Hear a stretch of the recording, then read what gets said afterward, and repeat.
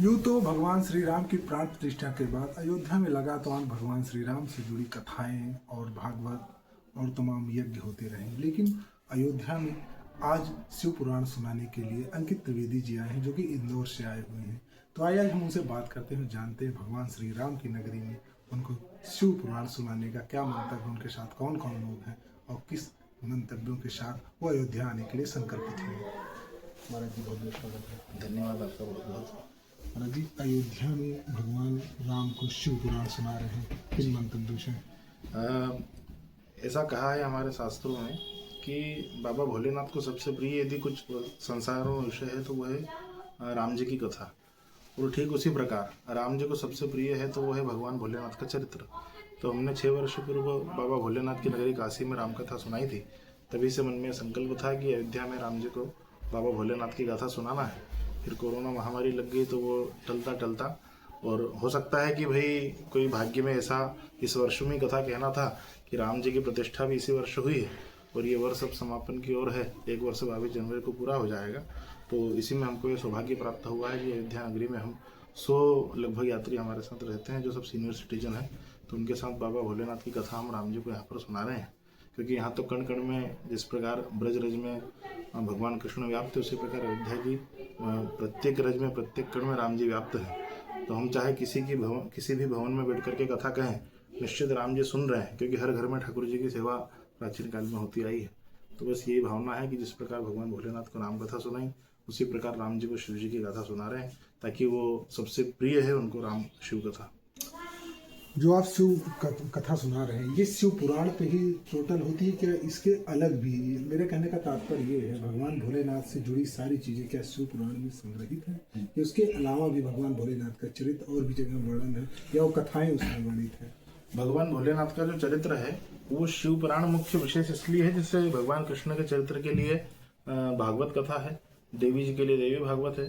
प्राचीन काल में जो शिव पुराण का ग्रंथ था उसमें लगभग 1 लाख श्लोक थे, है ना, जिस प्रकार महाभारत में उसी प्रकार वर्तमान में जो शिव पुराण हमारे समक्ष उपस्थित है उसमें 24,000 श्लोक होते हैं, 7 संहिताएं होती हैं और भगवान शिव के सारे चरित्रों का वर्णन शिव पुराण में आता है। शिव पुराण के प्रधान देवता बाबा भोलेनाथ हैं और सारे दृष्टांत बाबा भोलेनाथ के, माता पार्वती के, माता सती के, गणेश जी के, ये सारे कथाएं शिव पुराण में समाहित हैं।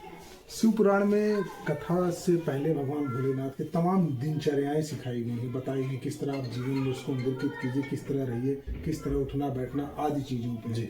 इसके विषय में क्या कहना चाहेंगे? क्या चीजें हैं, लोगों थोड़ा ये है कि बाबा भोलेनाथ का जीवन चरित्र हुआ या राम जी का जीवन चरित्र हुआ, आप दोनों में ही एक समानता पाएंगे कि राम जी के जीवन में भी केवल त्याग ही त्याग है और बाबा भोलेनाथ के जीवन में भी त्याग ही त्याग है। और हमारे शास्त्रों में भी आता है कि त्यागात शांति अनंतरम, फिर त्याग करे बिना शांति नहीं मिलती है। उसको हम ऐसे छोटे से उदाहरण से समझते हैं कि हम जल को यदि पीते जाएं विसर्जन ना करें तो क्या शांति मिलेगी? भोजन केवल करते जाएं विसर्जन ना करें तो क्या शांति मिलेगी?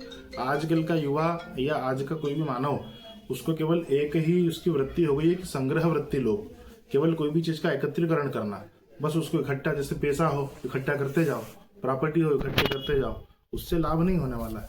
तो बाबा भोलेनाथ के चरित्र से और राम जी के चरित्र से हमको ये सीखना चाहिए कि जीवन में त्याग की बड़ी आवश्यकता है और रामचरितमानस तो स्वयं त्याग की नींव पर खड़ा हुआ मंदिर है।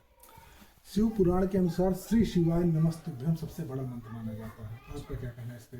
शिव पुराण के अनुसार श्री शिवाय नमस्तुभ्यम सबसे बड़ा मंत्र नहीं माना जाता है। सबसे बड़ा मंत्र तो प्रारंभ से प्राचीन काल से नमः शिवाय पंचाक्षरी मंत्र ही रहा है। श्री शिवाय नमस्तुभ्यम का सीधा सा अर्थ है, हे शिव आपको नमस्कार है। और जो सबसे बड़ा मंत्र है वो नमः शिवाय पंचाक्षरी मंत्र है। हमारे ऋषि मुनि लाखों वर्षों से जिसका जप करके जिन्होंने भगवान को प्राप्त किया है, तो सबसे बड़ा पंचाक्षर महामंत्र ही कहा गया है। महामृत्युंजय और नमः शिवाय दोनों में भी नमः शिवाय श्रेष्ठ है। नहीं, पंचाक्षर मंत्र की महिमा अलग है ना भाई। भक्ति कई प्रकार से होती है, सकाम भक्ति, निष्काम भक्ति। पंचाक्षर मंत्र का जप करके ऋषि मुनियों ने भगवान को प्राप्त किया। महामृत्युंजय मंत्र इस उसमें आता है कि जब व्यक्ति वेंटिलेटर पे होता है, ऐसे समझ लें, या जब व्यक्ति को लगता है कि अब तो हमारे ऊपर संकट है, भगवान भोलेनाथ इसको पार लगाएंगे, है ना, विकट परिस्थितियों में, बस विकट परिस्थितियों में व्यक्ति महामृत्युंजय मंत्र को याद करता है।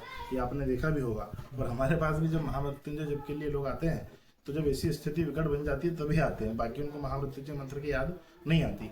और मृत्युंजय महादेव त्राहिमाम शरणागत जन्म मृत्यु जरा व्याधि पीड़ितम कर्म बंधनी, जीवन में वास्तविक समस्या यदि जीवन में कुछ है तो वो क्या है, जन्म मृत्यु जरा माने बुढ़ापा है ना, व्याधि माने किसी भी प्रकार का है ना, तो इन सब समस्याओं का समाधान भगवान भोलेनाथ की शरण में आकर के होता है। प्रदीप महाराज जी भी शिव कथा कहते हैं, काफी पॉपुलर है, वो लगातार कहते हैं कि आप लोग श्री शिवाय नमस्तुभ्यम करते रहिए। आपकी तरफ से क्या मंत्र है, किस तरह मंत्र को भगवान भोलेनाथ जो सबसे प्रिय है उनके लिए स्मरण करते रहना चाहिए? जितने भी देवता हैं, चाहे वो भगवान कृष्ण हो, उनके भी कई मंत्र हैं, जैसे ओम नमो भगवते वासुदेवाय, क्लीम कृष्णाय नमः, क्लीम कृष्णाय गोविंदाय, गोपीजन वल्लभाय नमः। उसी प्रकार महादेव के भी अनेक मंत्र हैं, लेकिन किसी विशेष मंत्र का विशेष उपमा नहीं दे सकते। सबसे बड़ा मंत्र तो पंचाक्षर मंत्र ही माना जाता है। श्री शिवाय नमस्तुभ्यम गलत या बुरा नहीं है, श्री शिवाय नमस्तुभ्यम, हे शिव आपको नमस्कार है, ये उसका अर्थ है। आप शिव पुराण में देख सकते हैं। तो आपने देखा हमारे साथ त्रिवेदी जी जुड़े हुए थे, जिनसे हमने शिव पुराण से जुड़ी तमाम विषयों पर चर्चा की और उन्होंने बहुत ही बेबाक तरीके से चीज़ों को बताया। अध्यात्म का ज्ञान जो होता है, जो शास्त्रों का ज्ञान होता है, पढ़कर ही होता है और किसी भ्रामक बातों से उस पर भरोसा नहीं करने योग्य होता है। अपने शास्त्रों में जाइए, उसको पढ़िए, उससे ज्ञान अर्जित कीजिए या विद्वानों से मिलिए और उनसे सीखते रहिए। एबीटी से मैं आनंद त्रिपाठी, अयोध्या।